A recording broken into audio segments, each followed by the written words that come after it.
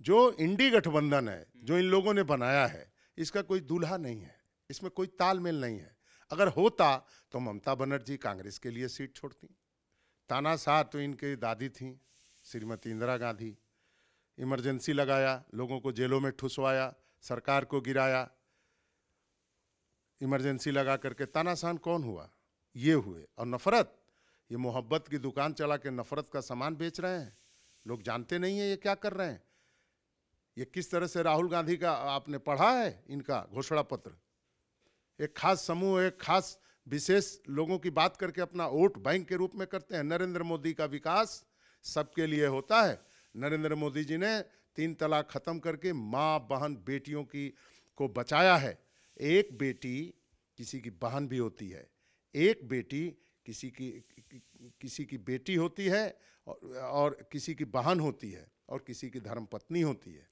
और 3 तलाक खत्म करके नरेंद्र मोदी जी ने हजारों मुस्लिम बहन बेटियों की इज्जत बचाई है और बाप को संबल देने का काम किया। इन लोगों ने क्या किया? संविधान पलटने का काम तो राजीव गांधी ने किया साहबानों वाले केस में। एक मुस्लिम महिला 30 साल तक सड़कों पर भटकती रही, रोती रही, बिलखती रही। राजीव गांधी की सरकार थी।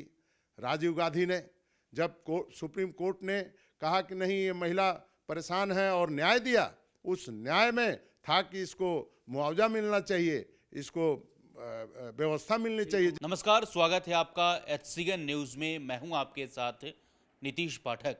लोकसभा चुनाव 2024 के 5वें चरण की वोटिंग समाप्त हो गई है। अब बस लोकसभा चुनाव में 2 चरण बाकी रह गए हैं।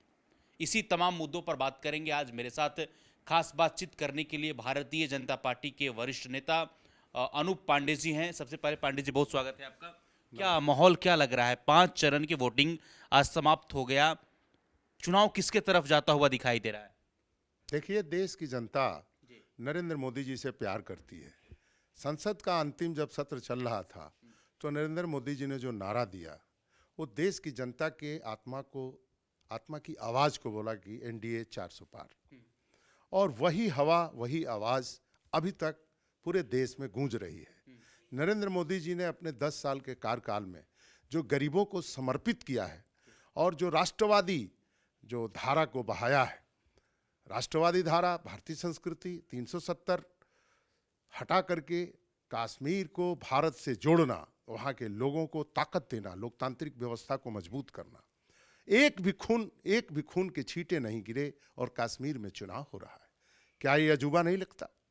तो राष्ट्र सर्वोपरि, राष्ट्र को देखते हुए प्लस 370 हटाना, प्लस भगवान श्री राम का भव्य मंदिर बनाना, 4.25 करोड़ घर बनाना गरीबों के लिए, जो कांग्रेस 65 वर्षों में नहीं कर पाई। तो एक तरफ विकास में प्रगति, एक तरफ भारत 5वीं अर्थव्यवस्था बन चुका, तीसरे की तरफ जा रहा है। तो विकसित भारत बनाने के लिए इस देश की जनता तत्पर होकर नरेंद्र मोदी जी को आशीर्वाद दे रही है। हमें ऐसा लग रहा है। क्या जिस तरीके से प्रधानमंत्री तमाम रैलियों में कह रहे हैं कि 400 पार का जो नारा है प्रधानमंत्री मोदी का कि NDA 400 पार, BJP 370, इस प्रकार की जो नारा है, क्या सफल हो पाएगा इस पर? बिल्कुल सफल होगा, क्योंकि जो इंडी गठबंधन है, जो इन लोगों ने बनाया है, इसका कोई दूल्हा नहीं है, इसमें कोई तालमेल नहीं है। अगर होता तो ममता बनर्जी कांग्रेस के लिए सीट छोड़ती। उत्तर प्रदेश में अखिलेश यादव जी और कांग्रेस के लोग मजबूरी में एक साथ आकर के लड़ रहे हैं। वही RJD और बिहार की स्थिति है। आप केरल में देख लीजिए, कांग्रेस कम्युनिस्ट अलग अलग लड़ रहे हैं। महाराष्ट्र में देख लीजिए, दल विहीन लोग चुनाव लड़ रहे हैं, मुद्दा विहीन है। वो अपने परिवार को किसी तरह से बचाने के लिए, उनकी लड़की जीत जाए, उनके परिवार को कोई जीत जाए। और नरेंद्र मोदी चाहते हैं कि देश जीते, देश आगे बढ़े। तो ये तमाम सारी चीज़ें हैं। किसी के पास कोई तालमेल नहीं है, किसी के पास कोई ये नहीं कि मेरा दूल्हा कौन बनेगा। बिना बारात चल दी, दूल्हा है गायब। कौन देश का प्रधानमंत्री बनेगा? ताकतवर बनेगा कि अमेरिका की गिरफ्त वाला बनेगा, चाइना के गिरफ्त वाला बनेगा? तो एक तरफ दुनिया की ताकत भारत को कमज़ोर करने में लगी है, जिसका राहुल गांधी जिसका नेतृत्व कर रहे हैं, और एक तरफ नरेंद्र मोदी जो 140 करोड़ लोगों का नेतृत्व करते हुए इस देश को आगे लेके जाना चाहते हैं। सबसे ज़्यादा काम हुआ है 10 साल में। जो काम कांग्रेस 65 साल में नहीं की, 65 साल में कांग्रेस ने 3 एम्स बनाया, मोदी जी ने 14 बना दिया। जो सड़कों का जाल पूरे 65 साल में कांग्रेस और उनके गठबंधन के दल नहीं बनाए, मोदी जी ने 10 साल में बना दिए। एयरपोर्ट की संख्या 2 गुना कर दिया, इंजीनियरिंग कॉलेज की संख्या 2 गुना कर दिया। तो जो गरीबों को आवास कांग्रेस ने 4 करोड़ दिया इतने सालों में, वो 4.25 करोड़ दे दिया नरेंद्र मोदी जी की सरकार ने। तो विकास तो हम चारों तरफ से किए हैं। हमने किसानों को मजबूत करने के लिए काम किया, हम हवा में कोई बात नहीं। विकास के वजह से लोग नरेंद्र मोदी जी को प्यार कर रहे हैं और यह सरकार पुनः बनने जा रही है। जो आपने कहा कि जिसकी सरकार रहती है उसके खिलाफ लोग हो जाते हैं, तो ये पहला ऐसे प्रधानमंत्री हैं जिनके खिलाफ कोई नहीं है। लेकिन राहुल गांधी बार बार कह रहे हैं कि देश जो है वो तानाशाही के राह पर चलता हुआ दिखाई दे रहा है, नफरत का माहौल है यहाँ पर। प्रधानमंत्री बार बार हिंदू मुसलमान कर रहे हैं, मंच पर बोल रहे हैं रैली में, चुनाव में। बेरोजगारी और महंगाई पर कोई बीजेपी चर्चा नहीं करती। तानाशाह तो इनकी दादी थी, श्रीमती इंदिरा गांधी। इमरजेंसी लगाया, लोगों को जेलों में ठुसवाया, सरकार को गिराया।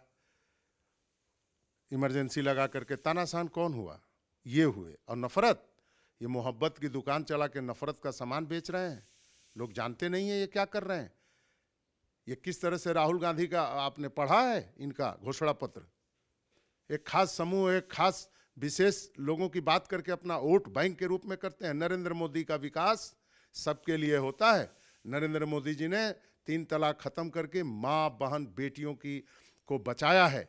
एक बेटी किसी की बहन भी होती है, एक बेटी किसी की बेटी होती है और किसी की बहन होती है और किसी की धर्मपत्नी होती है। और 3 तलाक खत्म करके नरेंद्र मोदी जी ने हजारों मुस्लिम बहन बेटियों की इज्जत बचाई है और बाप को संबल देने का काम किया। इन लोगों ने क्या किया? संविधान पलटने का काम तो राजीव गांधी ने किया साहबानों वाले केस में। एक मुस्लिम महिला 30 साल तक सड़कों पर भटकती रही, रोती रही, बिलखती रही। राजीव गांधी की सरकार थी। राजीव गांधी ने जब सुप्रीम कोर्ट ने कहा कि नहीं ये महिला परेशान है और न्याय दिया, उस न्याय में था कि इसको मुआवजा मिलना चाहिए, इसको व्यवस्था मिलनी चाहिए।